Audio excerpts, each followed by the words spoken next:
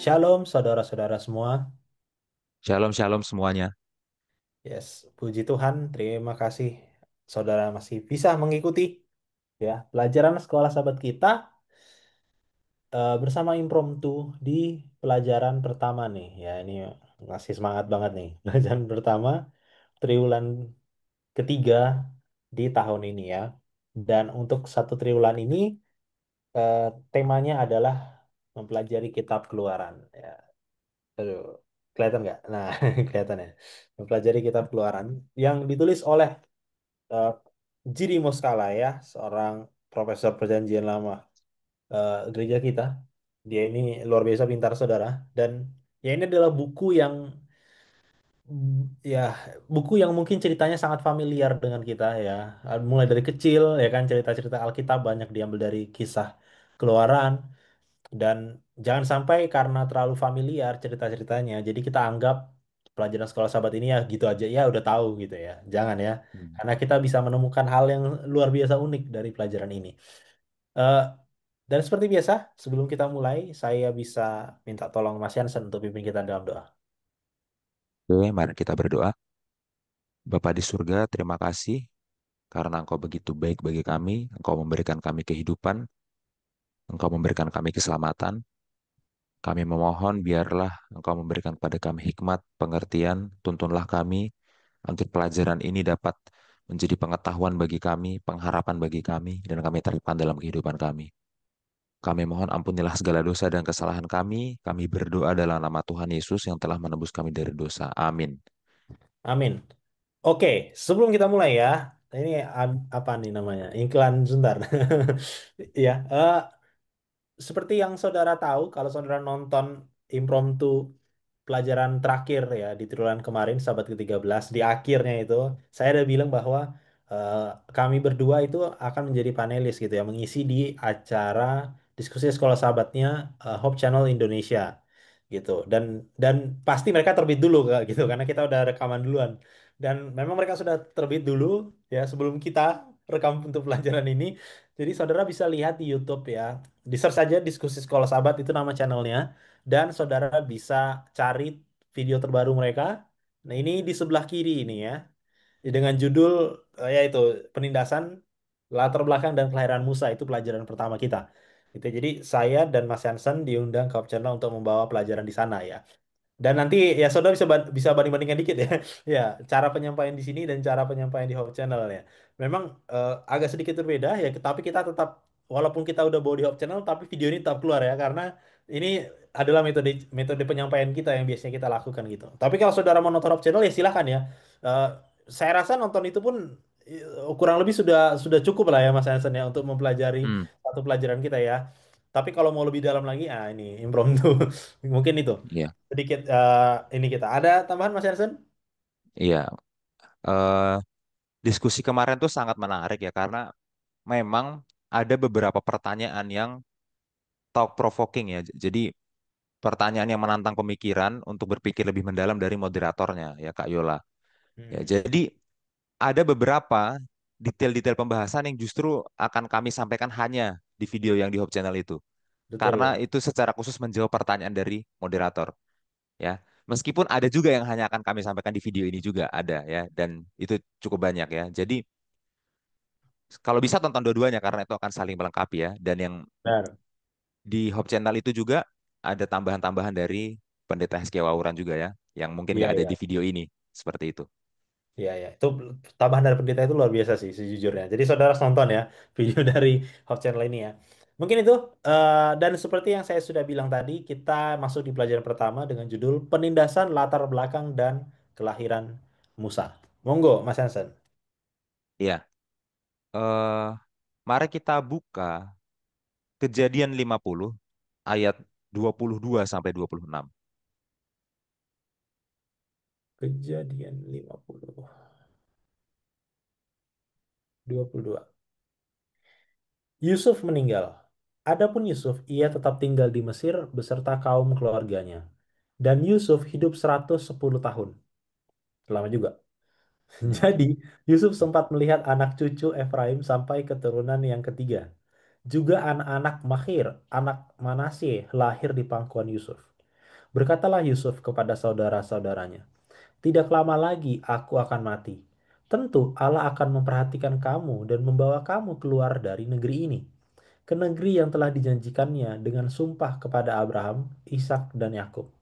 Lalu Yusuf menyuruh anak-anak Israel bersumpah, katanya, "Tentu Allah akan memperhatikan kamu. Pada waktu itu, kamu harus membawa tulang-tulangku dari sini." Kemudian matilah Yusuf, berumur 110 tahun. Mayatnya dirempah-rempahi dan ditaruh dalam peti mati di Mesir. Ya, singkat saja ya, Yusuf meninggal di Mesir. Ya. Hmm. Dan sesaat sebelum Yusuf meninggal, Yusuf menyampaikan apa? Pidato yang isinya adalah pengharapan. Pengharapannya apa? Untuk keluar dari negeri ini. Pengharapan untuk keluar dari Mesir. Keluar kemana? Keluar ke negeri yang telah dijanjikannya. Negeri yang telah dijanjikan Tuhan kepada Abraham, Ishak dan Yakub. Ya, yang mana itu adalah tanah Kanaan. Oke. Jadi kitab Kejadian ditutup dengan kematian Yusuf yang diisi dengan pengharapan untuk keluar dari Mesir, kembali ke tanah perjanjian, kembali ke tanah Kanaan. Ya, seperti itu. Sekarang kita buka Keluaran 1 ayat 1. Keluaran 1 ayat 1. Orang Israel ditindas di Mesir. Inilah nama para anak Israel yang datang ke Mesir bersama-sama dengan Yakub. Mereka datang dengan keluarganya masing-masing. Oke, inilah nama para anak Israel yang datang ke Mesir. Ya, sekarang kita buka dalam bahasa Ibraninya. Tolong Bil. Oke. Ya, saya bacakan ya. Vele dan inilah Shemot, nama-nama Bnei Israel, anak-anak Israel, Habaim Mitzraima, yang datang ke Mesir, et Yaakov, Yakub. Ya, secara dinamis bisa diterjemahkan bersama Yakub.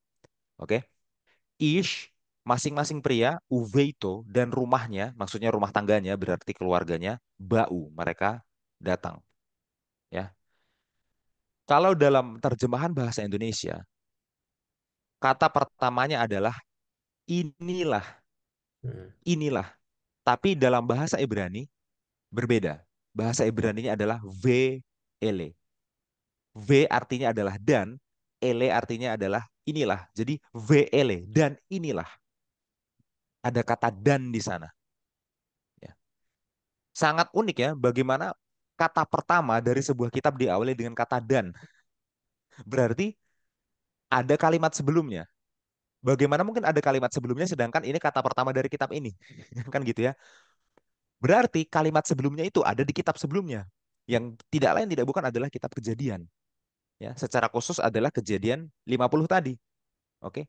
Jadi dengan adanya kata V, kata dan di Keluaran 1 ayat 1 menunjukkan bahwa kitab Keluaran itu tidak berdiri sendiri. Kitab Keluaran adalah kelanjutan dari kitab Kejadian. Ya, keseluruhan kitab Kejadian terutama Kejadian 50. Gitu ya. Dan koneksi terhadap kitab Kejadian ini kita bisa baca di ayat-ayat awal dari Keluaran 1 ya. Tolong bacakan Keluaran 1 ayat 7, Bil. Keluaran 1 ayat 7. Orang-orang Israel beranak cucu dan tak terbilang jumlahnya. Mereka bertambah banyak dan dengan dahsyat berlipat ganda, sehingga negeri itu dipenuhi mereka. Oke. Sebelum saya bahas Keluaran 1 ayat 7, sedikit komentar ya. VL itu digabung ya. Oh ya, oke. Digabung mungkin kalau mau pakai pemisahan pakai petik mungkin. Ya, VL. Ya, karena dalam bahasa Ibrani-nya dia digabung. Oke. Di Keluaran 1 ayat 7 dikatakan, orang Israel beranak cucu, bertambah banyak, memenuhi negeri. Sekali lagi, beranak cucu, bertambah banyak, memenuhi negeri. Bagi kita yang sudah membaca kitab sebelumnya, kitab Kejadian, pasti familiar. Ya. Beranak cucu, bertambah banyak, memenuhi negeri, itu adalah janji, mandat pada penciptaan. Ya. Dalam Kejadian 1 ayat 28, manusia diperintahkan untuk beranak cucu, bertambah banyak, memenuhi negeri. Janji penciptaan tadi, mandat penciptaan tadi dipenuhi oleh bangsa Israel. Ya. Bangsa Israel bertambah banyak seperti di penciptaan mandatnya. Bangsa Israel beranak cucu seperti mandat penciptaan. Ya. Bangsa Israel memenuhi bumi seperti mandat penciptaan. Tapi ada kebalikannya. Kalau pada penciptaan, ya, mereka manusia ya itu disuruh untuk menaklukkan bumi, oke?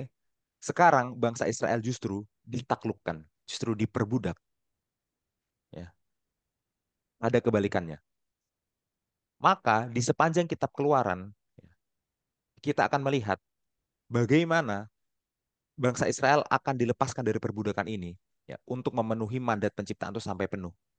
Ya. Beranak cucunya sudah dipenuhi, bertambah banyaknya sudah dipenuhi, memenuhi negerinya sudah dipenuhi, gitu ya. Tapi menaklukkan buminya belum dipenuhi, ya. Dan dengan peristiwa Keluaran, ya, bangsa Israel bukan lagi ditaklukkan, tapi nanti menaklukkan. Dan menaklukkannya dalam arti konotasi positif ya, menaklukkannya dalam arti menjadi penata layan bumi itu maksudnya ya, dalam penciptaan. Ya. Sampai sini dulu, silahkan Bil kalau ada mau kasih tanggapan. Iya, dan eh, tidak perlu kaget ya karena penulisnya sama. Itu maksud saya. Iya, Ya, tidak perlu kaget karena penulisnya sama, yaitu Musa dan ya mungkin Mas Yansen boleh koreksi ya bahwa tidak ada pemisahan kan antara antara kejadian dan keluaran kan pada saat dia tulis itu di manuskrip aslinya atau itu dipisah. ada. Jadi gini, eh Musa menulis kitab Kejadian itu sebelum peristiwa Keluaran. Jadi waktu dia masih di Hmm. Midian. Midian, iya iya iya iya. Waktu dia di Midian dia tulis. Oke. Kemudian dia menulis Keluaran kemungkinan besar sambil peristiwanya berjalan, Oke. ya. Jadi manuskripnya dipisah, tapi tujuannya adalah untuk Hmm. melanjutkan kitab Kejadian, ya. Iya. Jadi kalau kalau dalam literatur modern kita bisa bilang ini apa? Sequel, ya. Iya iya Kita bisa sequel. dibilang ini buku yang terpisah, tapi tujuannya emang untuk melanjutkan, ya. Jadi bahkan sampai kitab Ulangan itu ya, Kejadian, Keluaran, Imamat, Bilangan, Ulangan itu ditujukan untuk jadi satu karya sastra yang tergabung. Meskipun itu 5 buku betul, tapi itu ditujukan untuk jadi satu karya sastra yang tergabung dan terus berkesinambungan.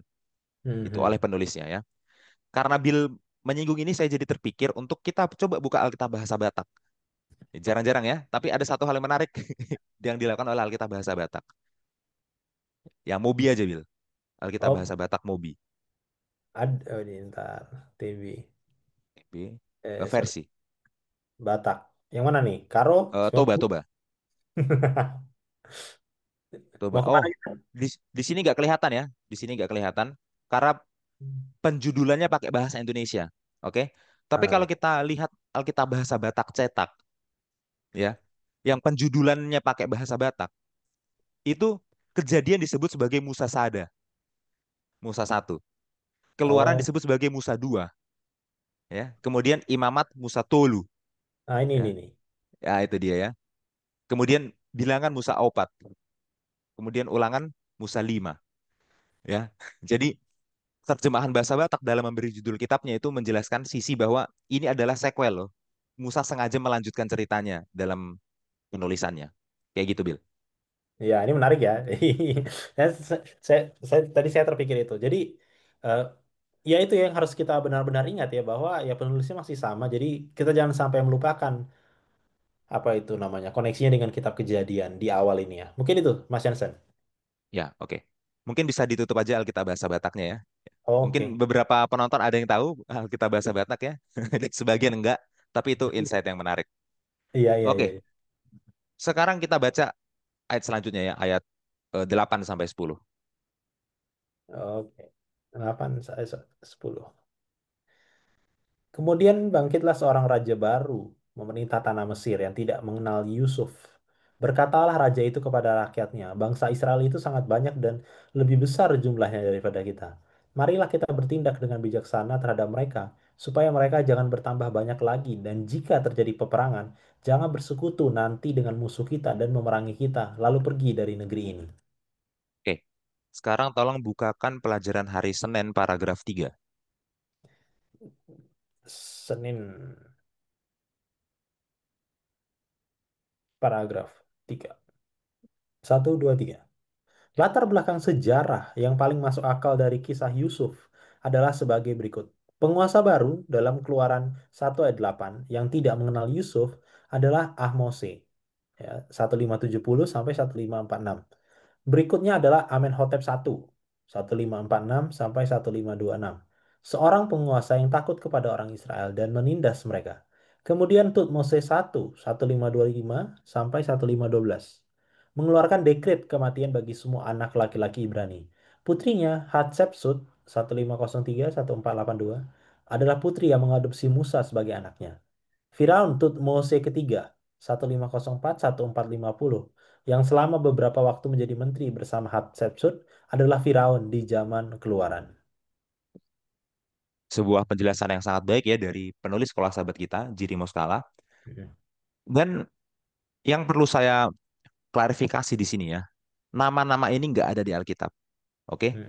Jadi ini adalah penelitian sejarah berdasarkan bukti eksternal Alkitab, bukti di luar Alkitab yang paralel dengan Alkitab. Oke? Hmm. Jadi kalau di Alkitab ada catatan ini, bukti eksternal di luar Alkitabnya apa? Dari situ kita bisa dapat kronologinya ya. Kalau Hmm. di Keluaran 1 ayat 8 tadi kita baca ada Firaun yang tidak mengenal Yusuf, ya, itu adalah Ahmose, ya. Kemudian kalau kita baca tadi ada Firaun yang eh, takut kepada orang Israel, kemudian menindas orang Israel, itu adalah Amenhotep I, ya. Kemudian nanti kita baca akan ada Firaun yang mengeluarkan dekret kematian bagi semua anak laki-laki Ibrani, itu adalah Tutmoses I, ya. Dan nanti yang mengadopsi Musa itu adalah putri Firaun yang namanya adalah Hatshepsut. Oke. Sampai nanti peristiwa keluaran di Keluaran 14, Keluaran 15 ya. Firaun yang menjabat di peristiwa keluaran itu sendiri adalah Tutmose III. Oke. Tolong lanjut Bill ke paragraf 4. Oke. Keluaran terjadi menurut perhitungan terbaik pada Maret 1450. Lihat William H. Shea, Exodus Date of The International Standard Bible Encyclopedia, disunting oleh Geoffrey W. Bromley, DKK, Jilid 2. Grand Rapids, Mitch William B. Edmonds, 1982. Halaman 230 sampai 238. Untuk memahami masa keluaran, pelajarilah teks-teks Alkitab berikut ini. Kejadian 15 ayat 13 sampai 16, Keluaran 12 44:1, Hakim-Hakim 11 ayat 26 dan satu Raja-Raja 6 ayat 1. Lihat juga Kisah 7 ayat 6, Galatia 3 ayat 16 dan 17. Ya. Di sini Jiri Moskala mengutip pakar lain, ya, William Shea, yang saya sebenarnya nggak terlalu yakin cara baca namanya gimana ya, tapi anggaplah begitu cara baca namanya. William Shea ini adalah seorang scholars Advent, tapi di sini dia menulis artikel untuk artikel non Advent, Hmm. ya. Jadi kepakarannya diakui oleh kekristenan secara umum. Di The International Standard Bible Encyclopedia. Ini adalah ensiklopedia Alkitab non-Advent yang diterbitkan oleh Eerdmans. Eerdmans itu adalah penerbit besar lah. Ya. Dan William Shea menempatkan penanggalan peristiwa keluaran, bukan kitabnya ya, tapi peristiwa keluarannya, itu di bulan Maret 1450 sebelum Masehi. Ya. Jadi abad ke-15 sebelum Masehi. Dan dari berbagai ayat yang dikutip di situ, salah satu bukti adalah 1 Raja-Raja 6 ayat 1. Ya. Mungkin tolong dibuka dan dibacakan sekaligus dikasih penjelasan, Bill. 1 Raja-Raja 6 ayat 1. Silahkan, Bill. Iya, untuk penjelasan penanggalan ini ya saya tentu akan sama ya kayak jadi Moskala ya. Saya akan mengutip juga eh, eh, apa namanya hasil riset scholar lain gitu. Kalau teman-teman, bagi teman-teman yang udah nonton di Hop Channel ya, video kita di Hop Channel, itu saya ada sempat menyinggung tentang perbedaan penanggalan peristiwa keluaran, penanggalan, nah ya, perbedaan penanggalan peristiwa keluaran. Dan ini saya kutip dan ada saya tambahkan ya, tapi kurang besar, kurang lebih garis besarnya itu dari How to Read Exodus ya, Tremper Longman. Ini bukunya udah diterjemahkan jadi bahasa Indonesia, harganya 50.000 ya, saudara bisa beli ini bukunya. Ya. Jadi ini murah banget, saudara beli aja. Eh, Penanggalan pertama, alternatif pertama itu adalah penanggalan awal. Itu sekitar 1446 atau 1450 ya, pokoknya abad 15 gitu ya, abad Hmm. ke-15. Nah, itu penanggalan awal. Jadi ingat sebelum Masehi itu dihitungnya mundur ya, saudara. Jadi penanggalan awal Hmm. itu maksudnya yang apa namanya yang lebih tua gitu. Jadi dia dihitung mundur. Nah, dasar Alkitabnya itu di mana? Kalau di Tremper Longman itu salah satu yang dia pakai adalah satu raja-raja namanya satu. Karena di situ secara langsung ada tahunnya gitu. Jadi mudah. Nah, Coba kita buka sama-sama satu Raja-Raja 6 ayat 1 ya. Satu Raja-Raja 6. Salomo mendirikan bait suci. Dan terjadilah pada tahun ke-480 sesudah orang Israel keluar dari tanah Mesir, pada tahun keempat sesudah Salomo menjadi raja atas Israel dalam bulan Ziu, yakni bulan yang kedua. Maka Salomo mulai mendirikan rumah bagi Tuhan. Nah, jadi di situ ada tahun ini kejadian ini terjadi 480 tahun sesudah orang Israel keluar dari tanah Mesir. Dan itu dibangun di tahun pemerintahan keempatnya si Salomo gitu kan. Nah, lalu tahun keempat pemerintahan Salomo itu kapan? Itu diperkirakan tahun 966 sebelum Masehi. Nah, itu dari Edwin R. Thiele. Itu ya, The Mysterious Numbers of Hebrew Kings 1951 dan ini adalah Scholar Advent ya. Dan dia termasuk Scholar Advent pertama yang menghitung penanggalan Perjanjian Lama ya. Jadi dia mengurutkan dari sejarah raja-raja di satu tawarik, dua tawarik, satu raja-raja, dua raja-raja, terus di backtrack gitu semuanya. Dan dia ini sekolah Advent, nanti saudara bisa cari aja ini. Dan ketemulah angka 966. Itu ada hitungannya. Itu ada hitungannya. Itu mereka hitungnya itu mulai dari tahun yang definite itu adalah tahun pada saat Israel diserang oleh Babilonia. Itu kan ada tahun pastinya dan dikonfirmasi dalam Mhm. sejarah gitu kan. Baru habis itu nanti Mhm. dihitunglah dari sisilah rajanya dan ketemulah angka segini. Kalau mau lebih detail ya baca aja ini. Nah, jadi 966 itu tahun keempatnya. Lalu 480-nya itu kapan ya? Ditambahin aja. Karena sebelum Masehi kan dihitung mundur. Gitu ya. Jadi kita tambah dan muncullah 1446. Itu yang generalis gitu ya. 1446 sebelum Masehi. Nah, dukungan historis dan kontekstual dari Alkitab itu dari kitab Hakim-Hakim dan Yosua. Itu tadi disebutkan juga ya oleh penulis kelas sahabat kita, gitu kan. Itu ada cukup ruang waktu untuk pengembangan Israel di padang gurun, penaklukan tanah Kanaan, masa para hakim dan pendirian kerajaan Saul. Nah, ini maksudnya apa sih? Maksudnya kalau dia tahun 15 sebelum Masehi, itu kan ada peristiwa-peristiwa tuh, ya kan? Nah, Yosua, Hakim-Hakim. Mhm. Nah, kalau dia lebih dulu dari maksudnya lebih awal lagi lebih kemudian gitu ya, lebih kemudian dari tahun 15 misalnya tahun dari abad ke-15, misalnya abad ke-12. Nah, itu nanti peristiwa-peristiwanya tuh nggak cukup gitu waktunya. Paham nggak? Peristiwa-peristiwa di Mhm. perjanjian lamanya. Jadi kalau misalnya abad ke-15 ini benar dan setelah mereka cocokkan peristiwa-peristiwa yang terjadi setelah setelah mereka menduduki tanah Kanaan dan sebagainya macamnya, itu tuh waktunya pas sampai nanti pembuangan gitu ya. Jadi nggak apa ya namanya, nggak dipaksakan gitu. Nah, kalau bukti arkeologisnya di mana? Dari mana? Itu dari Yeriko ya. Nah, ini ada seorang apa namanya arkeolog ya. Ini terkenal juga Kathleen Kenyon. Itu menggali Yeriko di tahun 1950 dan menyatakan bahwa kota itu hancur sekitar tahun 1550, jauh sebelum zaman Yosua. Nah, karena itu ia menyimpulkan bahwa narasi Yosua tidak cocok dengan data arkeologis. Jadi ini ada pandangan yang bilang enggak, harusnya bukan tahun itu. Nah, tapi tahun arkeolog lain konservatif Brian Wood, nah ini salah satu yang prominent ya, yang sangat mendukung penanggalan yang sesuai dengan Gini Moskala tadi gitu ya. Itu mengkaji ulang temuan ini dan menemukan bahwa Yeriko itu memang dihancurkan sekitar tahun 14 1400 sebelum Masehi gitu dari temuan-temuan yang ada. Nah, ini saudara bisa baca. Nah, kelebihannya apa dari ini? Yang apa namanya? Yang mana posisi ini mayoritas kekristenan konservatif itu terima gitu ya. Itu adalah lebih masuk akal dengan kronologi raja-raja dari satu raja-raja namanya satu dan list raja-rajanya itu yang memerintah Israel itu pun masuk gitu di penanggalan ini. Dan yang kedua memberi ruang waktu yang cukup bagi peristiwa-peristiwa Alkitab seperti pengembaraan di pada apa di padang gurun gitu ya, penaklukan tanah Kanaan, hakim-hakim dan cerita Saul gitu.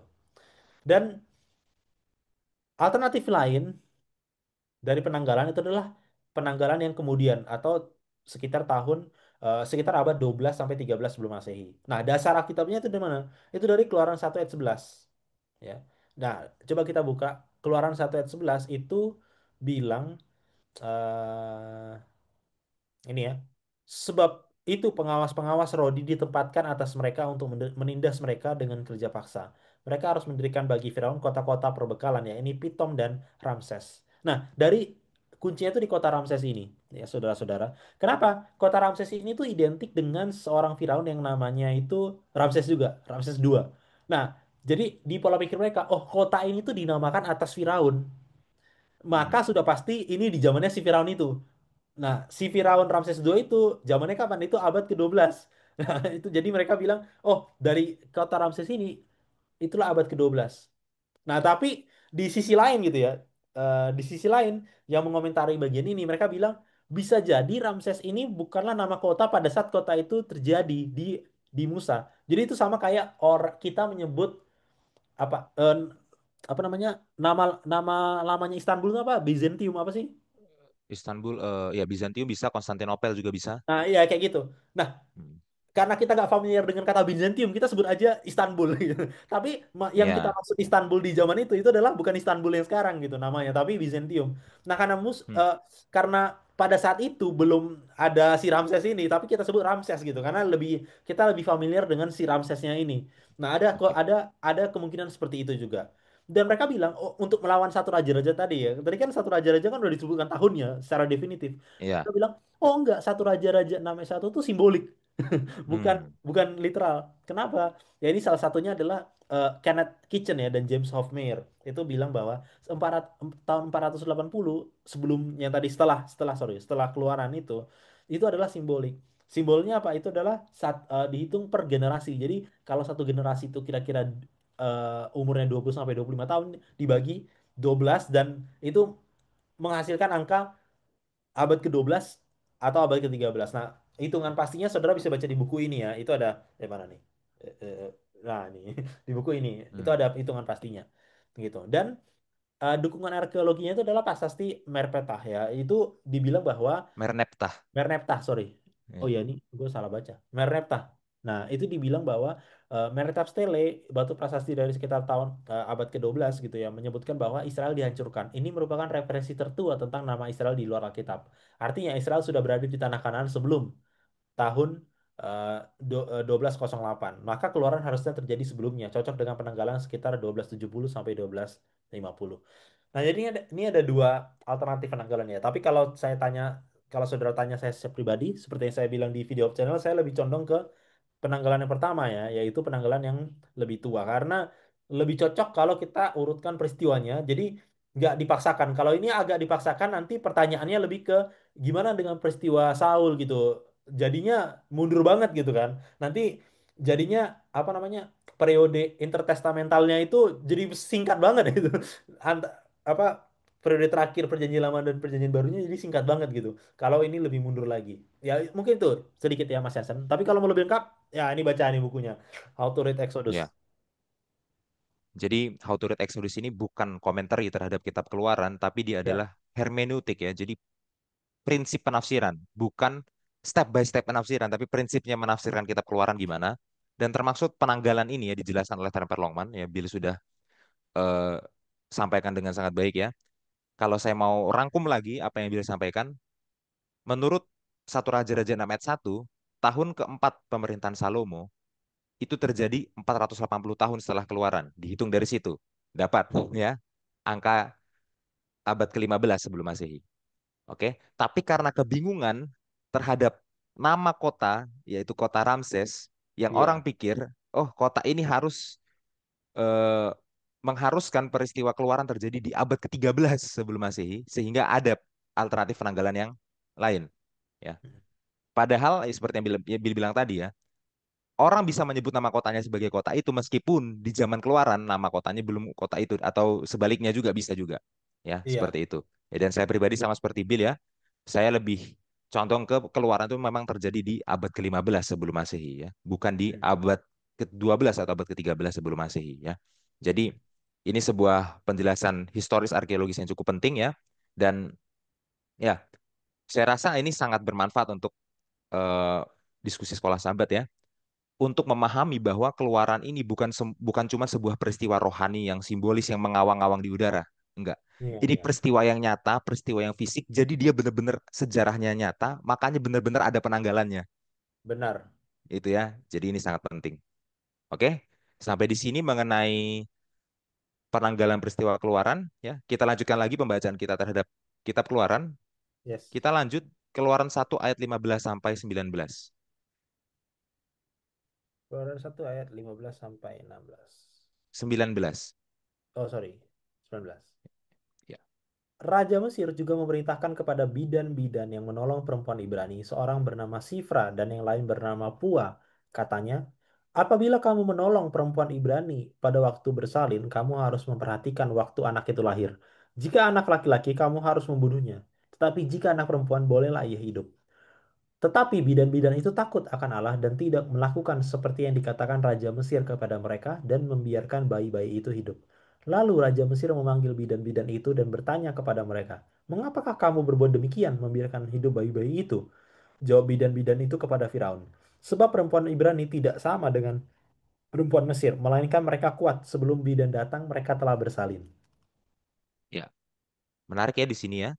Ada dua nama perempuan yang disebut, yaitu Sifra dan Puah. Ya. Menariknya ya, di seluruh kitab Keluaran tidak ada Firaun yang disebut namanya.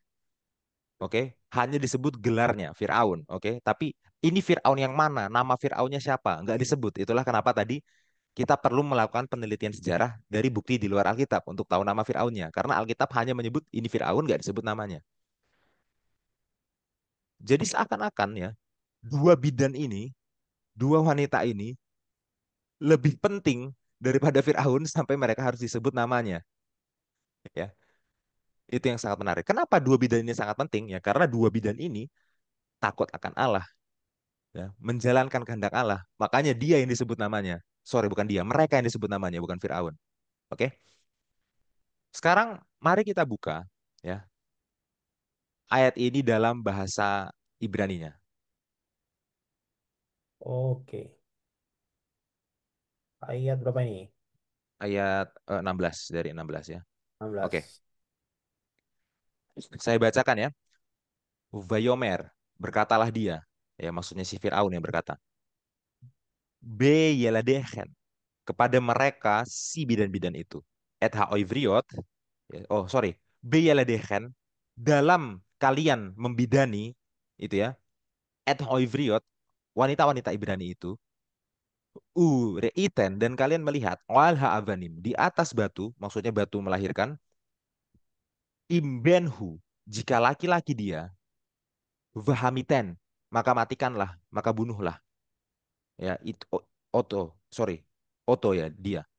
Veimbathi, dan jika perempuan dia, vahaya, biarkanlah kaya, biarkanlah hidup. Perhatikan ya, di sini Fir'aun seakan-akan takut dengan anak laki-laki. Ya. Kalau anak laki-laki harus dibunuh. Kenapa? Kemungkinan Fir'aun itu berpikir ya, kalau nanti anak laki-laki ini bertumbuh besar, oke, kemudian jumlahnya semakin banyak, kemudian terjadi peperangan, mereka bisa-bisa bersekutu dengan musuh. Seperti yang dikatakan di ayat 10 tadi kan. Hmm. Nah, Fir'aun takut anak laki-laki ini nantinya akan jadi kekuatan militer. Ya, makanya Fir'aun minta supaya anak laki-laki ini dibunuh supaya nantinya mereka nggak jadi kekuatan militer yang akan mengkudeta Mesir. Oke. Tapi menariknya, bukan laki-laki yang dia takuti ini yang akan mengkudeta dia, yang akan menggulingkan pemerintahannya. Ya. Justru perempuan-perempuan yang dia biarkan hidup, ya itulah yang akan menaklukkan kerajaannya. Ya, meskipun menaklukkannya dari balik layar. Makanya kita harus perhatikan satu kata di sini ya, bahaya. Ya, diterjemahkan dalam bahasa Indonesia, biarkan dia hidup, tapi dalam bahasa Ibrani adalah bahaya. Ya, dari kata haya, hidup. Oke, itu kata kunci ya. Sekarang kita baca ayat 19. Tolong, Bil. Tut, tut, tut. Oke. Vatomarna, maka mereka berkata, Hameyaladot, ya, si bidan-bidan itu, et par'o, kepada Fir'aun. Kilo kanashim hamid sir. Sorry, kilo hanashim hamid siriot, karena tidak seperti perempuan-perempuan Mesir. Ivriot, perempuan-perempuan Ibrani. Hayot hena, karena mereka adalah hayot. Nanti kita bahas itu. Beterem, sebelum tavo alaihen hameya ledet, sebelum datang kepada mereka si bidan-bidan itu, tolong ke bawah, Bil. Ada satu kata yang ketutupan ikutnya. Oke. Vayaladu, mereka sudah melahirkan. Ya. Perhatikan di situ, dalam bahasa Indonesia dikatakan bahwa perempuan-perempuan Ibrani itu kuat-kuat. Ya. Tapi dalam bahasa Ibrani-nya dikatakan mereka itu hayot. Hayot itu artinya apa? Hidup. Ya, mereka itu hidup. Artinya mereka ini penuh kekuatan kehidupan. Kata yang sama dengan ayat 16. Ya, hidup. Haya. Oke. Lanjut ayat 22, Bil. 22. Oke. Vayet saf Par'o, maka Par'o memerintahkan amu kepada semua bangsanya. Lemor, berkatalah dia, Kol haben, semua anak laki-laki, Hayilot yang lahir, Hayeora ke sungai Nil, Taslihuhu, lemparkanlah. Vehol habat, dan semua anak perempuan, Tehayun. Kalian biarkan, sorry, bukan kalian, kamu biarkan hidup. Ya, Tehayun. Bukan Hayun ya, Tehayun. Tehayun. Iya, Tehayun. Nah, perhatikan itu. Vahaya, hayot, Tehayun. Hidup, saya kata kuncinya. Ya, semua ini diasosiasikan kepada perempuan. Ya, dan memang betul kehidupannya orang Israel itu dijaga melalui perempuan-perempuan ini. Ya, penggulingannya kekuasaan Firaun itu terjadi ya, meskipun dari latar belakang ya, tapi itu terjadi melalui perempuan-perempuan ini. Dan kalau kita lihat nanti di pasal 2 ya, ibu Musa dan kakak perempuan Musa ya, mereka juga lah perempuan yang menjaga hidup Musa. Meskipun ya memang betul mereka menaruh Musa di Sungai Nil, betul, tapi mereka menaruhnya dengan cara yang supaya Musa tetap hidup kan gitu ya, udah dimodifikasi petinya itu. Ya. Kemudian nanti eh, Hatshepsut, anak perempuannya Firaun sendiri itu mengadopsi Musa, ya. Jadi dari para bidan, kakaknya Musa, ibunya Musa, sampai anak perempuannya Musa, sorry, bukan, sampai anak perempuan Firaun sendiri ya, semua perempuan-perempuan ini melawan Firaun untuk menyelamatkan Musa dan ujung-ujungnya menyelamatkan Israel. Kalau Firaun takut kepada laki-laki, ya ternyata Tuhan bekerja melalui perempuan-perempuan ini. Ya, dan dari situlah muncul keselamatan, keselamatannya apa bangsa Israel. Itulah cara Tuhan bekerja yang eh, Firaun tidak bisa tebak gitu ya. Ya, seperti itu. Silahkan Bil, tanggapannya. Saya ada satu kutipan ya Mas Yasen terhadap peristiwa ini. Ya, ini dari Testimonies for the Church, volume 2 halaman 130. Setiap tindakan dalam hidup kita mempengaruhi orang lain untuk kebaikan atau kejahatan. Pengaruh kita cenderung ke atas atau ke bawah. Itu dirasakan, ditindaklanjuti, dan pada tingkat yang lebih besar atau lebih kecil direproduksi oleh orang lain. Jika melalui teladan kita, kita membantu orang lain dalam mengembangkan asas-asas yang baik, kita memberi mereka kekuatan untuk berbuat baik.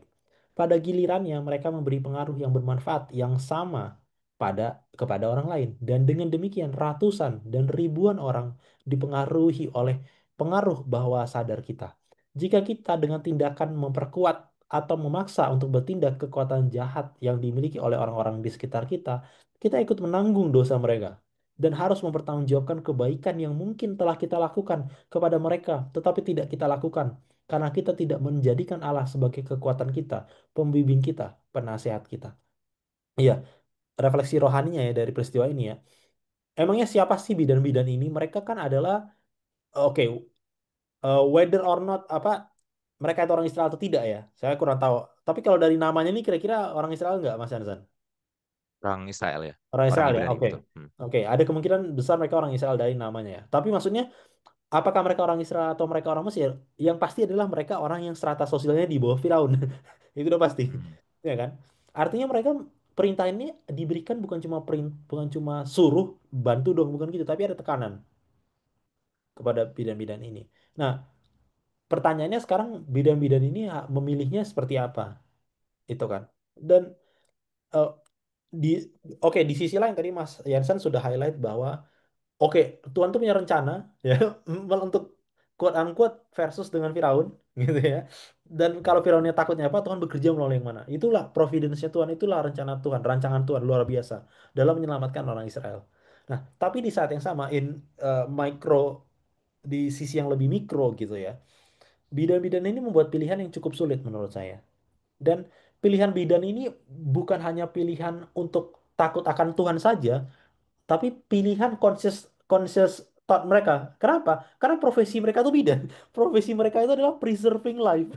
Hmm. Apa namanya? Memelihara kehidupan. Memelihara kehidupan. Mereka kalau ya lu dokter, lu berharap pasien lu gak mati gitu kan. Tapi ini ada satu Mhm, orang mhm, suruh bunuh semua pasienmu. Itu kan mhm. gila. Jadi mereka Iya. kayak apa ya? saya membayangkan bidan itu kan adalah panggilan, mungkin mereka ada panggilan untuk merawat bayi manapun gitu ya, karena itu profesi mereka. Jadi pada saat ada perintah itu datang, mereka bertanya pada hati mereka mungkin, oh, gitu ya, bahwa ini masuk akal nggak gue bidan tapi gue disuruh bunuh gitu kan. Jadi, oh, jadi itulah yang apa yang merasuki pikiran mereka, mungkin yang mengganggu jiwa mereka, sehingga kalau di bahasa Indonesianya di ini dibilang mereka takut akan Allah. Mungkin itu part of takut akan Allah yang saya bayangkan kalau saya jadi mereka gitu kan. Karena disuruh membunuh, dan di komentarnya Nyawet ini luar biasa ya, bahwa pilihan yang kecil, pilihan tindakan kita itu mempengaruhi. Dan kita lihat pilihan bidan ini mempengaruhi. Akhirnya kan Firaun nggak bisa diam-diam lagi kan, bunuh. Ini kan masih Hmm, suruh bidan. Nanti setelah itu langsung dekret gitu. Udah pakai bidan nggak mempan, dekret gitu. Jadi itu ya kita lihat ya, pengaruh kita, pilihan kita itu mempengaruhi, dan di skala besar yang mempengaruhi apa namanya, rencana Firaun gagal. Mungkin itu Mas Yansen dari saya. ya. Oke, terima kasih Bill ya. Mari kita melakukan pilihan-pilihan yang baik, yang benar, Iya, yang takut akan Allah seperti bidan-bidan ini. Seperti itu ya aplikasinya bagi kita. Oke, sudah cukup di pasal 1. Kita lanjutkan ke pasal 2. Kita baca siap. Keluaran 2 ayat 2. Oh, dari ayat 1 aja, Bil. Keluaran 2 ayat 1 sampai 2. Oke. Musa lahir dan diselamatkan. Seorang laki-laki dari keluarga Lewi kawin dengan seorang perempuan Lewi. Lalu mengandunglah ia dan melahirkan seorang anak laki-laki. Ketika dilihatnya bahwa anak itu cantik, disembunyikannya 3 bulan lamanya. Oke, ya. Musa dikatakan sebagai seorang anak yang cantik ya. Sekarang kita Oke, buka dalam bahasa Ibrani-nya, Bil. cantik. Oke ya. Saya langsung baca ayat ayat 2 ya. Hmm. Vatahar Haish, maka mengandunglah perempuan itu. Sorry, bukan Haish, Haisha. Ya. Vatelet, maka dia melahirkan Ben, anak laki-laki. Vatere ito kitovhu, maka dia melihatnya baik. Itu sebenarnya terjemahannya. Vatere ito kitovhu, maka dia melihatnya baik. Saudara terpikir frasa di mana itu? Maka dia melihatnya baik. Di mana, Bil? Frasa seperti itu. Penciptaan. Penciptaan ya. Oh, by the way, tovnya pakai V ya. Sorry. Ya, V lemah ya. Oke. Kalau di penciptaan ya, kita bisa baca itu di Kejadian 1 ayat 4, 10, 31 ya. Dikatakan Vayar Elohim Kitov. Maka Tuhan melihatnya baik. Tuhan melihat penciptaan itu baik. Oke. Sekarang ibu Musa melihat Musa itu Tov, baik. Seperti itu ya. Jadi seperti Tuhan melihat penciptaan baik, seperti itu pula ibu Musa melihat Musa ini baik. Ya. Kelahiran Musa menggemakan penciptaan. Ya. Itu yang terjadi di sini ya. Makanya yang terjadi di Keluaran pasal 2 dan seterusnya ini ya, itu sebenarnya kan berusaha untuk mengembalikan apa yang hilang di penciptaan gitu kan. Itu kan bagian dari itu. Makanya kelahiran Musa itu digambarkan seperti penciptaan. Oke? Nah, sekarang kita lanjutkan, Bil. Keluaran 2 ayat 3. Keluaran 2 ayat 3.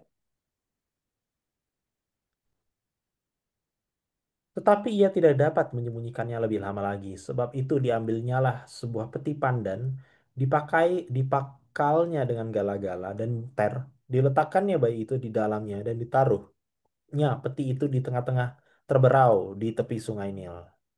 Oke. Ya. Ini sangat menarik ya. Ada banyak hal yang saya belum bisa bahas sekarang ya, misalkan gala-gala dan ter ya. Kalau saudara-saudara ingat itu adalah bahan yang dipakai untuk pembangunan Menara Babel ya. Kalau Hmm. saudara-saudara ingat. Tapi saya nggak akan bahas ke sana. Saya akan membahas bagian lainnya. Oke?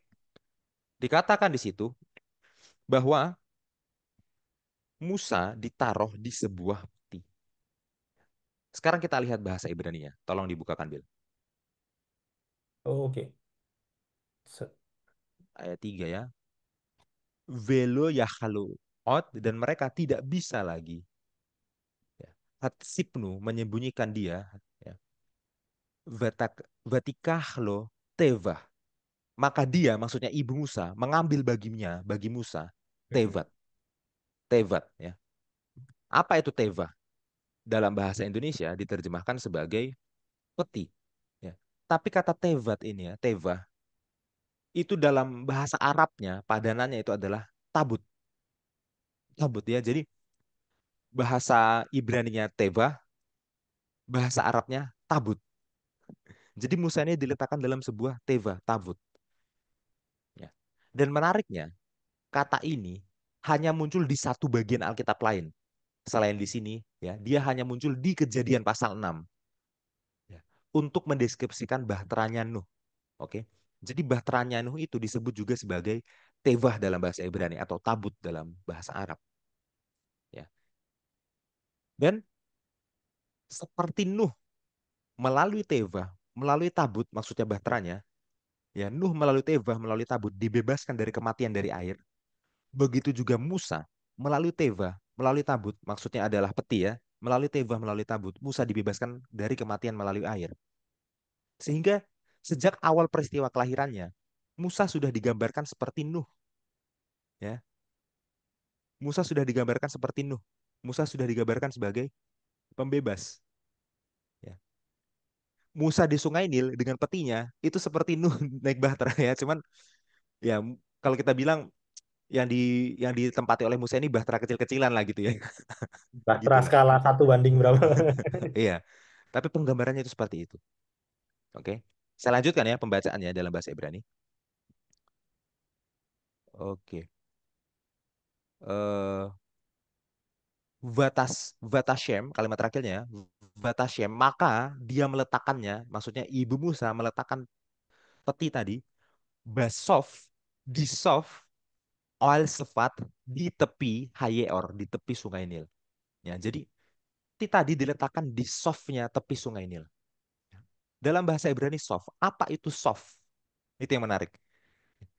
Dalam bahasa Indonesia, Sof diterjemahkan sebagai teberau, teberau.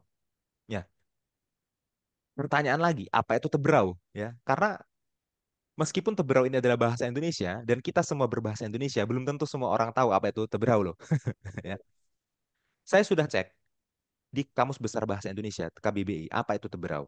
Definisinya adalah teberau itu adalah gelagah atau rumput tinggi yang beruas-ruas. Ya. In fact, terjemahan baru edisi 2 menerjemahkannya sebagai gelagah, ya. Hmm. Gelagah, ya. Tapi definisi KBBI, teberau itu adalah gelagah atau rumput tinggi yang beruas-ruas. Jadi gini, berarti di tepinya Sungai Nil itu ada rumput tinggi yang beruas-ruas. Itulah yang disebut sebagai teberau. Dalam bahasa Ibraninya,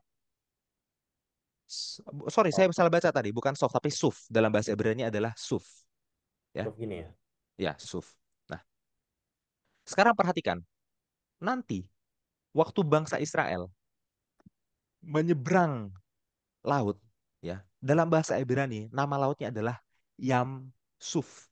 Laut Suf. Dalam bahasa Indonesianya apa? Laut Teberau. Oke? Kita sering sebutnya Laut Merah, tapi terjemahan yang lebih tepat sebenarnya adalah Laut Teberau. Ya. Perhatikan itu. Sejak kelahirannya, Musa sudah digambarkan menyeberangi Teberau. Meskipun ini adalah Teberaunya Sungai Nil, bukan Teberaunya Laut Merah, betul ya?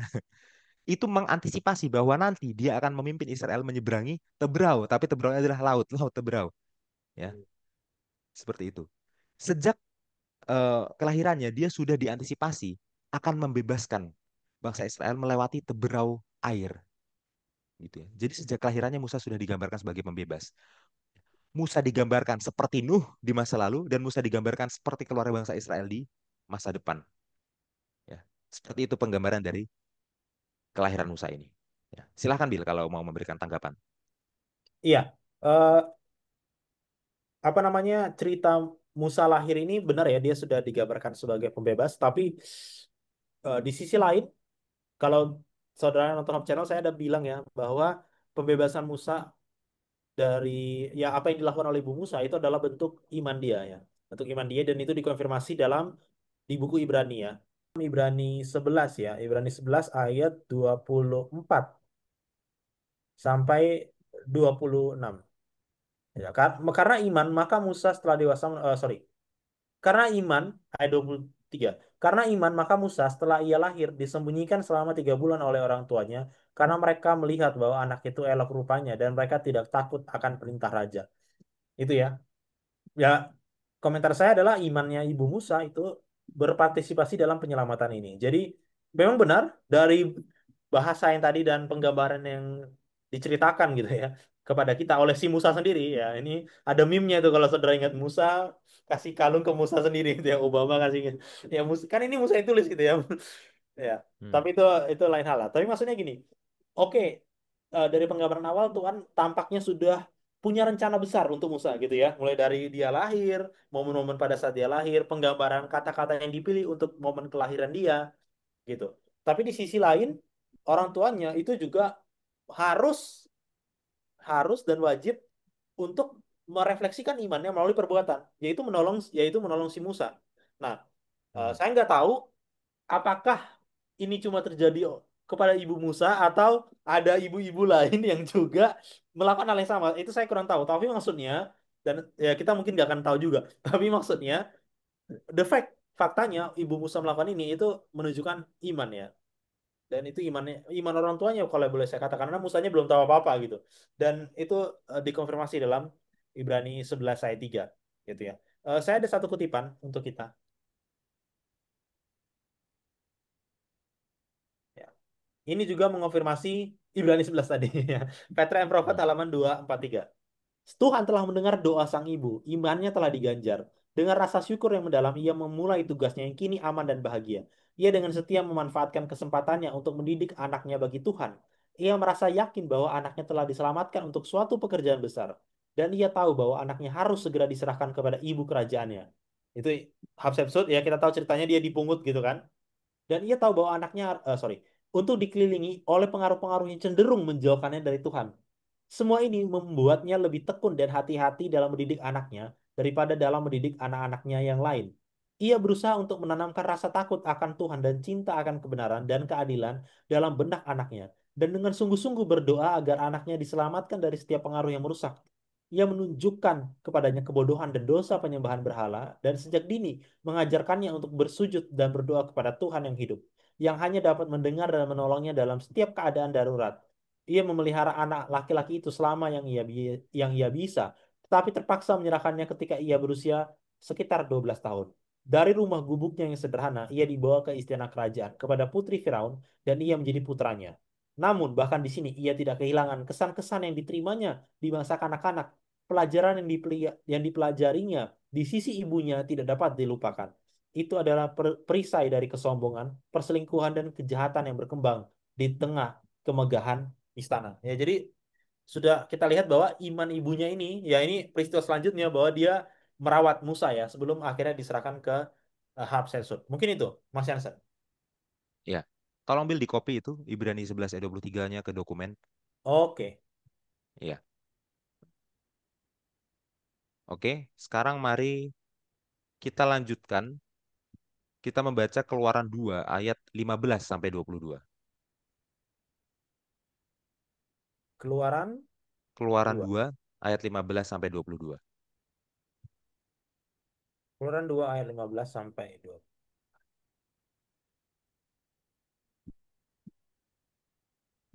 Ketika Firaun mendengar tentang perkara itu, dicarinya ikhtiar untuk membunuh Musa. Tetapi Musa melarikan diri dari hadapan Firaun dan tiba di tanah Midian. Lalu ia duduk-duduk di tepi sebuah sumur. Adapun imam di Midian itu mempunyai 7 anak perempuan. Mereka datang menimba air dan mengisi palung-palungan untuk memberi minum kambing domba ayahnya. Maka datanglah gembala-gembala yang mengusir mereka. Lalu Musa bangkit menolong mereka dan memberi minum kambing domba mereka. Ketika mereka sampai kepada Rehuel, anak ayah mereka, berkatalah ia, "Mengapa selekas itu kamu pulang hari ini?" Jawab mereka, "Seorang Mesir menolong kami terhadap gembala-gembala. Bahkan ia menimba air banyak-banyak untuk kami, memberi minum kambing domba." Ia berkata kepada anak-anaknya, "Di manakah ia? Mengapakah kamu tinggalkan orang itu? Panggillah dia makan." Musa bersedia tinggal di rumah itu, lalu diberikan Rehuela Zipora anaknya kepada Musa. Perempuan itu melahirkan seorang anak laki-laki, maka Musa menamainya Gersom. Sebab katanya, "Aku telah menjadi seorang pendatang di negeri asing." Oke, ya. Perhatikan itu dari ayat 15, 16, 17, 18. Musa sama sekali tidak memperkenalkan identitasnya ke perempuan-perempuan ini. Oke? Itulah kenapa di ayat 19 perempuan-perempuan ini waktu mereka ditanyai oleh ayah mereka, mereka menyebut Musa bukan dengan nama Musa. Mereka menyebutnya dengan frasa seorang Mesir. Jadi Musa disebut sebagai seorang Mesir. Ya. Dan ini adalah sebuah pertanyaan sebenarnya, pertanyaan Mm-mm. sentralnya pasal 2. Musa ini orang mana? Oke. Perempuan-perempuan Midian ini menyebutnya sebagai orang Mesir. Oke, Musa orang Mesir. Tapi ini sambil di scroll boleh ya, Bil ya? Di Ya. Keluaran 2 ayat 6, Putri Firaun menyebutnya sebagai bayi orang Ibrani. Mm. Oke. Jadi bagi Putri Firaun, bagi Hatshepsut, dia bayi orang Ibrani. Ya. Kemudian di ayat 11, ya, Musa dikatakan keluar menjumpai saudara-saudaranya. Saudara-saudaranya ini adalah orang Ibrani. Jadi Musa digambarkan sebagai orang Ibrani. Ya. Kemudian dia melihat orang Mesir memukul orang Ibrani. Oke, jadi ada dalam makna tertentu Musa ini digambarkan sebagai orang Ibrani, dikenal sebagai orang Ibrani. Ya. Tetapi di ayat 14 dia justru ditolak oleh saudara-saudaranya sendiri. Dia ditolak oleh orang-orang Ibrani. Ya, mungkin dia dianggap orang Mesir bagi orang Ibrani. Dan tadi perempuan-perempuan itu menyebutnya sebagai orang Mesir. Perhatikan ini, bagi orang Mesir, bagi Hatshepsut, dia adalah orang Ibrani. Tapi bagi orang Ibrani, bagi bangsa Israel, dia adalah orang Mesir. Bagi orang Midian, dia juga orang Mesir. Jadi sebenarnya Musa ini siapa? Apakah dia orang Mesir atau orang Ibrani? Seakan-akan dia dua-duanya, tapi bukan dua-duanya sekaligus. Gitu ya. Dan puncaknya itu ada di ayat 22. Tolong, Bil. Bukakan bahasa Ibrani ayat 22.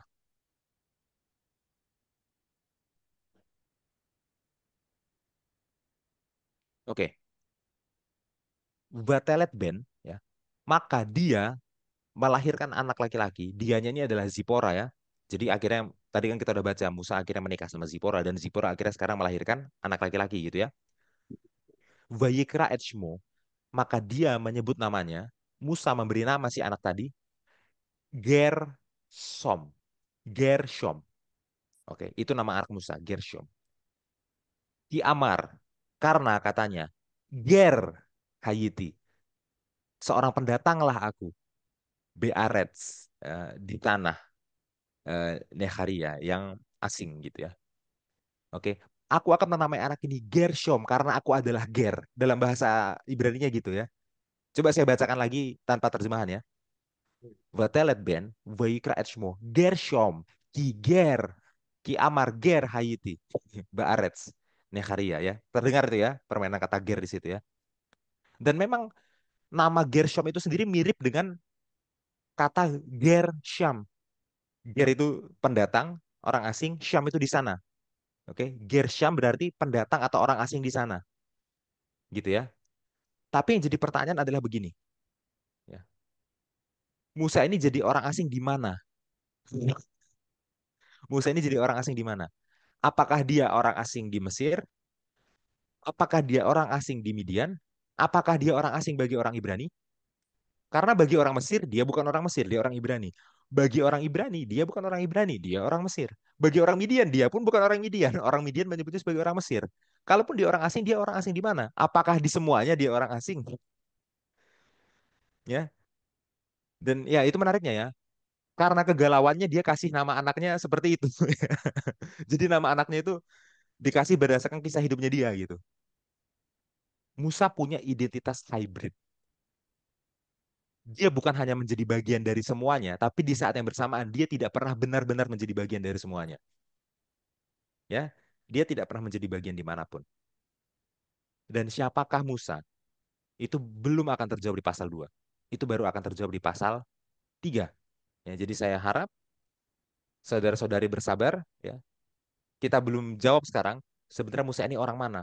Apakah dia orang Ibrani, apakah dia orang Mesir, apakah dia orang Midian? Itu baru akan terjadi di pasal 3 dan itu pelajaran pekan depan ya. Jadi semangat terus belajar, pekan depan kita akan jawab Musa ini sebenarnya orang mana. Ya, sampai sini dulu. Silahkan Bil tanggapannya. Eh, ada hal yang lucu ya.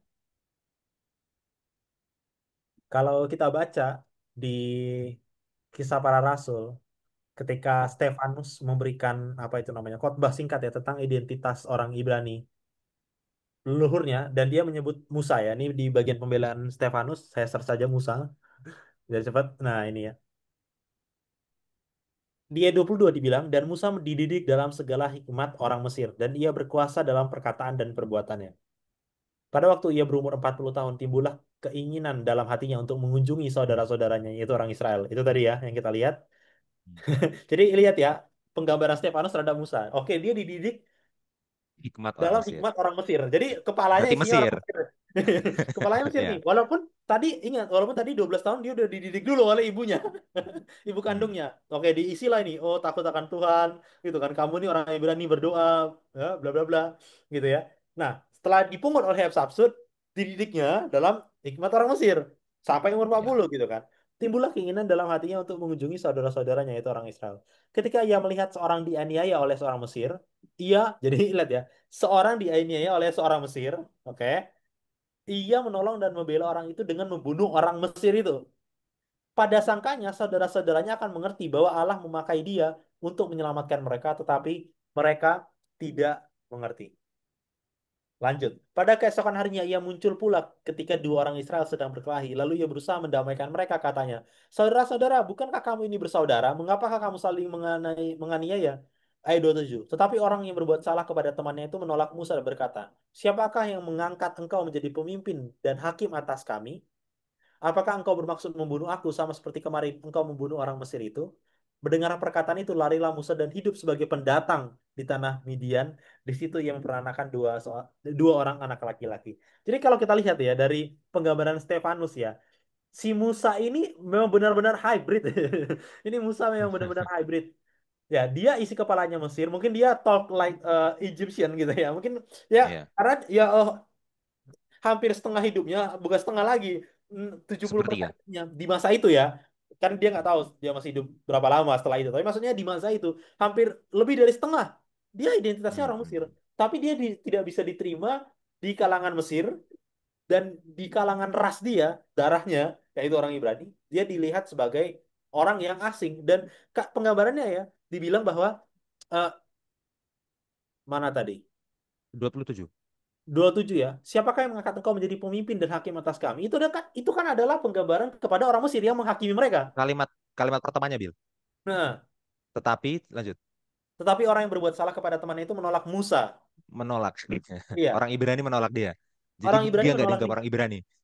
Jadi nggak dianggap benar dan nggak dianggap kenapa? Karena predikat yang diletakkan orang Ibrani kepada Musa adalah pemimpin adalah perwakilan orang Mesir gitu kan. Dia lihat ya pemimpin atas kami gitu. Jadi seolah-olah wah ini orang Mesir menindas kami. Lu penindas juga kan? Gitu. Lu kan orang Hmm. Mesir gitu ya. Jadi dia ditolak. Nah, itu ya tadi jadi itu mengafirmasi ya tadi yang dibilang Mas Jansen ya dia hybrid tapi di sana yang sama nowhere to go gitu.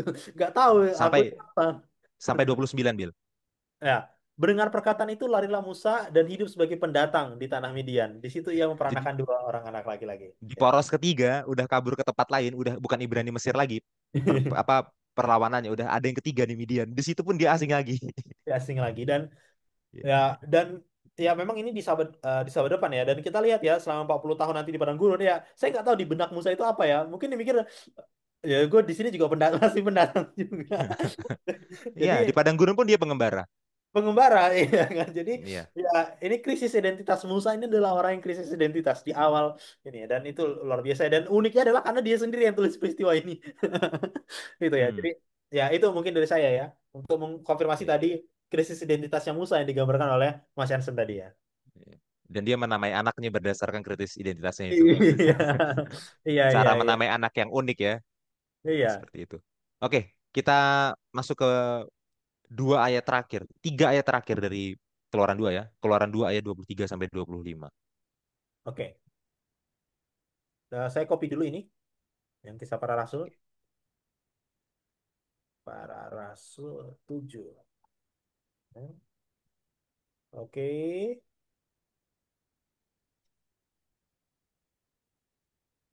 kita sekarang ke keluaran Keluaran 2 ayat 23 sampai 25.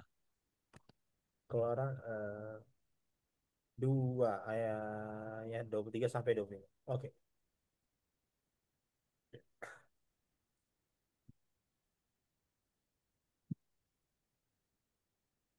Musa diutus Tuhan. Lalu lama sesudah itu matilah Raja Mesir. Tetapi orang Israel masih mengeluh karena perbudakan.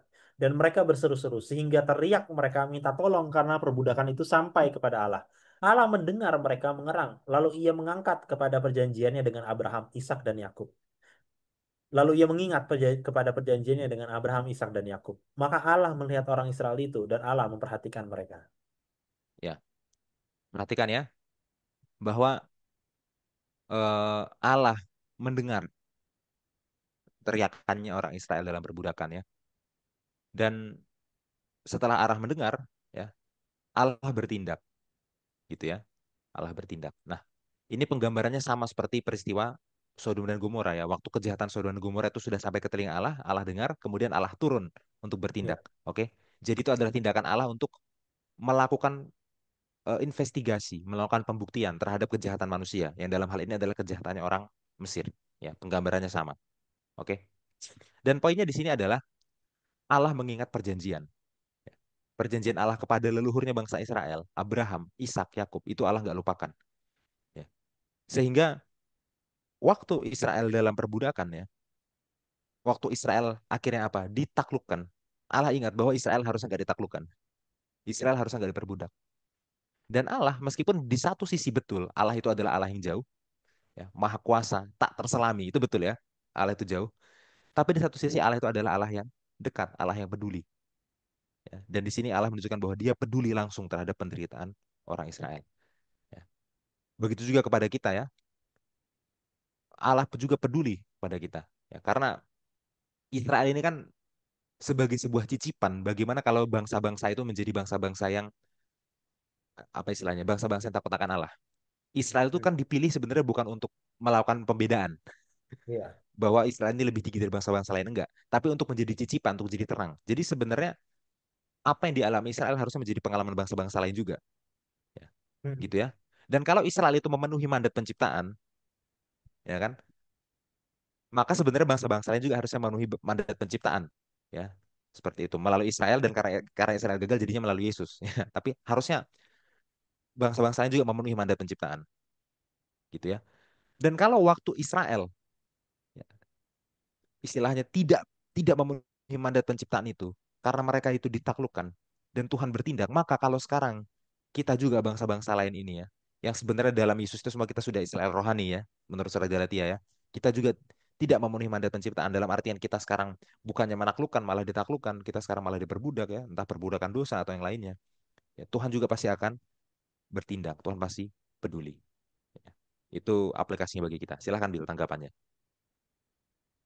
Ya itu poinnya bagus ya. Kalau saat ini kita ditekan oleh dosa ataupun nanti ya kita baru belajar saudara tribulan lalu tentang akhir zaman ya bukan cuma Hmm. ditekan oleh dosa tapi kita juga akan ditaklukkan oleh orang-orang yang berbuat dosa dan orang-orang yang menganggap itu adalah perbuatan yang baik gitu ya di akhir zaman nanti Hmm. atas nama Tuhan itu dikatakan mereka berpikir mereka mengatasnamakan Tuhan dan akhirnya mereka akan menganiaya karena iman kita ya tapi ingat Tuhan tidak pernah lupa itu ya Tuhan tidak pernah eh, meninggalkan kita dan itu adalah sesuatu harapan ya di Keluaran 2 dan eh, coba kita lihat ya peristiwa ini kan baru setelah Musa krisis identitas tadi ya saya menyambung pembicaraan kita lalu Musa menulis bahwa dia diutus oleh Tuhan seakan-akan pengutusan oleh Tuhan ini apa ya memberikan warna baru dalam hidupnya warna baru, tujuan baru dalam hidupnya.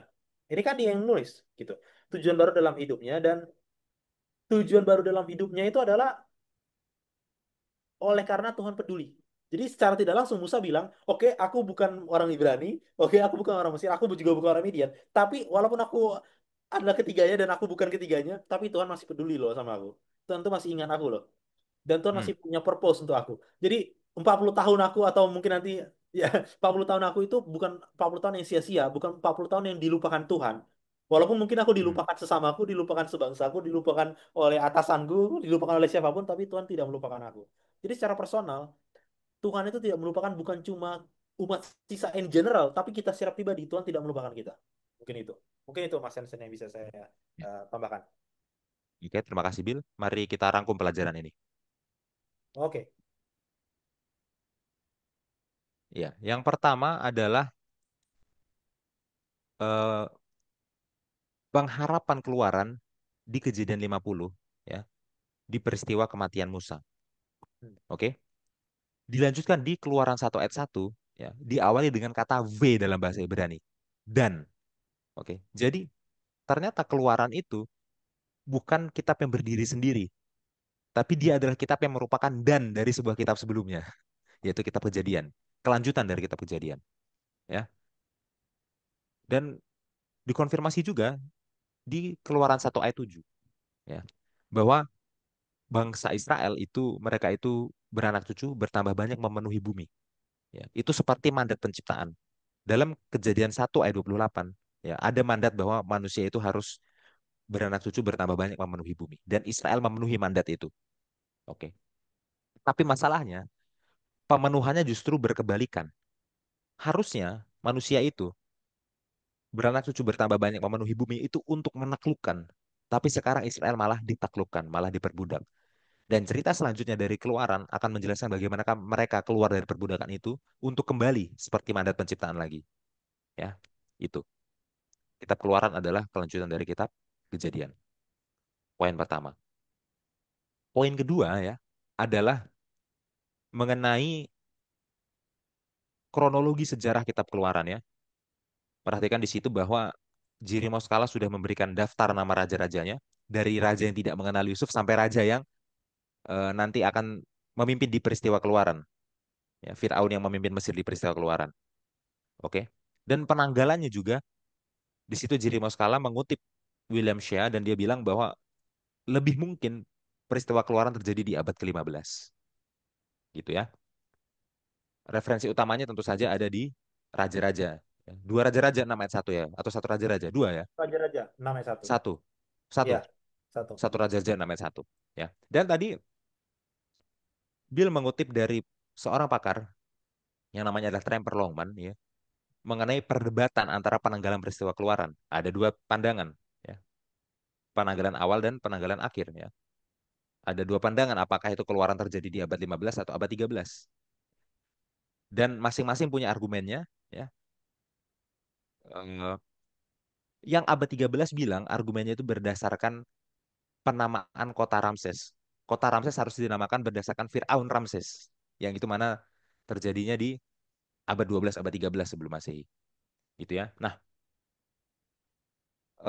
yang paling menarik adalah sebuah kota itu bisa disebut dengan nama itu berdasarkan namanya yang selanjutnya, tapi bukan berarti di zaman itu namanya sudah itu.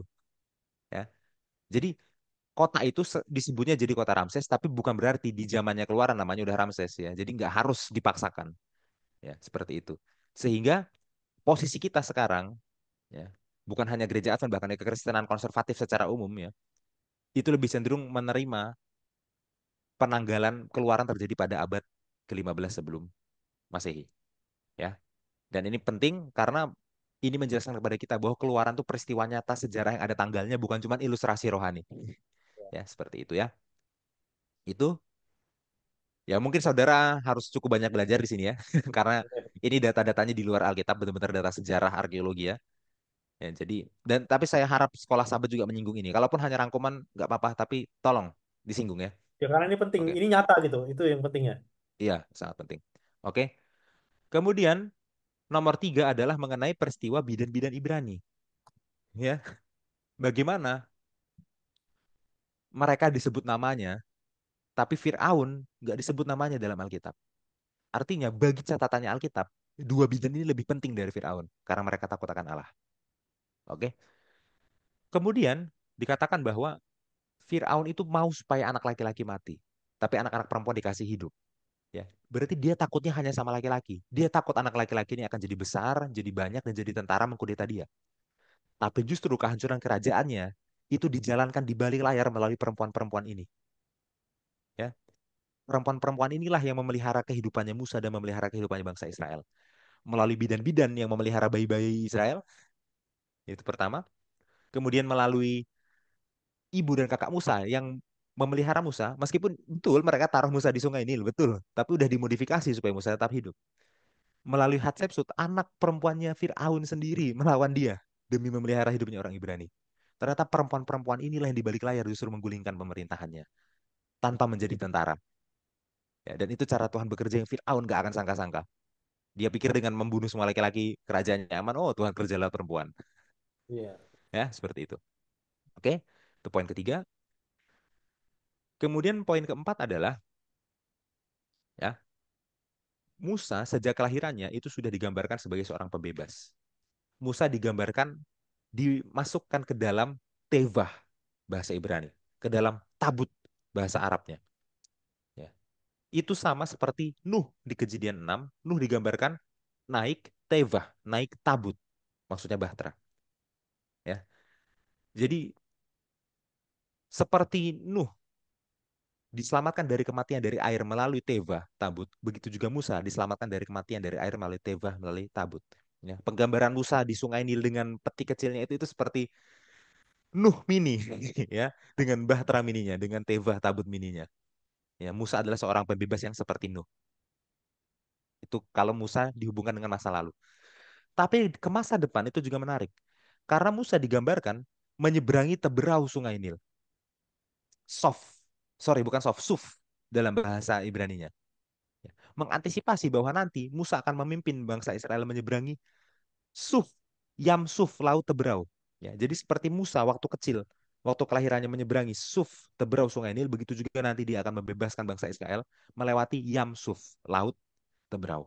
Oke, jadi Musa memang sudah digambarkan oleh dirinya sendiri ya, dengan gaya bahasa dia sebagai pembebas sejak kelahirannya. Seperti Nuh dulu dan seperti Sungai Teberau nantinya. Itu ya. Oke.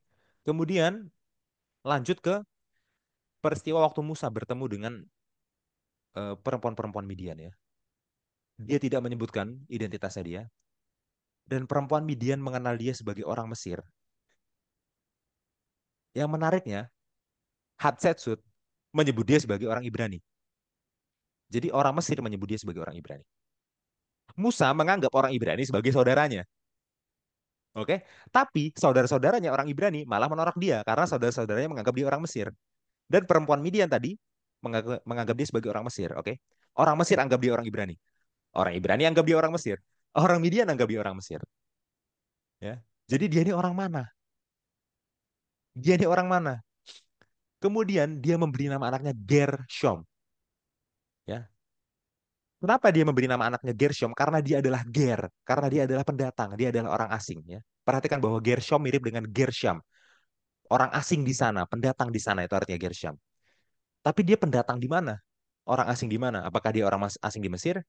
Apakah dia orang asing bagi orang Ibrani? Apakah dia orang asing di Midian? Dia orang asing di semuanya.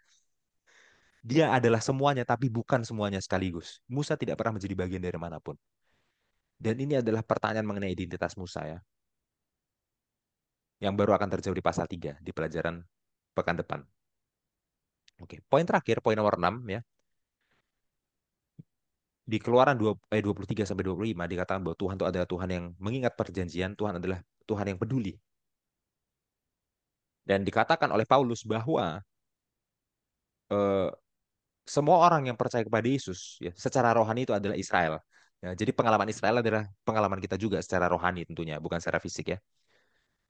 Dan tentu mandat penciptaan itu yang dipenuhi oleh Israel itu sebenarnya adalah mandat bagi semua manusia juga.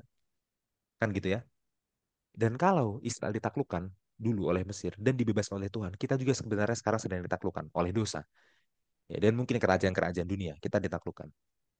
Ya, tapi Tuhan peduli dan Tuhan akan melepaskan kita dari perbudakan. Seperti dulu Tuhan melepaskan Israel kuno, Tuhan juga akan melepaskan Israel rohaninya dari perbudakan, mengembalikannya kembali seperti penciptaan. Ya, seperti itu, Bill. Silakan tanggapan terakhir. Ya, tadi kata terakhir itu ya, seperti dulu Tuhan menyelamatkan Israel karena diperbudak, maka Tuhan juga akan melakukan yang sama untuk menyelamatkan kita dari perbudakan dosa. Ya, saya rasa cukup sampai di sini ya pelajaran kita saudara-saudara. Ini adalah pelajaran yang bagus. awal yang baik ya untuk kita belajar keluaran ya. Saya rasa tidak usah diragukan lagi cara menulis ya, karena dia adalah seorang scholar yang luar biasa sekali. Dan di pelajaran selanjutnya kita akan melihat lebih detail tentang panggilan Musa ya. Judulnya adalah Semak yang Terbakar. Ya, tadi kan Mas Hmm. Hansen bilang dia krisis identitas, jawabannya seperti apa, dia ini orang apa. Itu kita akan lihat di pelajaran sahabat depan. Jadi saudara jangan jemu-jemu belajar sekolah sahabat. Dan BTW, sahabat depan pun kita masih ada di Hope Channel ya. Jadi kita isi dua sahabat. Hmm. Jadi bagi Ya, saudara yang mau lihat versi yang lebih singkatnya gitu ya, versi yang thought provoking tadi Mas Hansen bilang ya, karena kita menjawab pertanyaan-pertanyaan dari Kayola, dari moderator. Saudara bisa ya. juga kunjungi channel Hope Channel ya, diskusi sekolah sahabat judulnya. Di pelajaran kedua masih kita yang ngisi juga. Oke, Mas Hmm. Hansen ada lagi? Ya, sudah cukup, Bil. Oke, sampai di sini pelajaran sekolah sahabat kita, saudara-saudara semua. Saya akan tutup di dalam doa. Mari kita bersatu dalam doa. Bapak di surga, terima kasih Tuhan atas berkat-Mu. Kami sudah selesai belajar sekolah sahabat. Bapak kami ini adalah manusia yang lemah dan tidak pandai. Berikan kami hikmat Tuhan supaya apa yang kami pelajari boleh kami mengerti, boleh kami terapkan dalam kehidupan kami, dan boleh kami bagikan kepada orang lain. Hamba-Mu berdoa secara khusus untuk semua guru sekolah sahabat yang akan mengajar. Berikan mereka berkat hikmat yang sama. Terima kasih Bapak di surga. Ampuni kami akan segala dosa kami. Di dalam nama Tuhan Yesus kami berdoa. Amin. Oke, Amin, amin. pelajaran kita. Shalom. Shalom, shalom semuanya.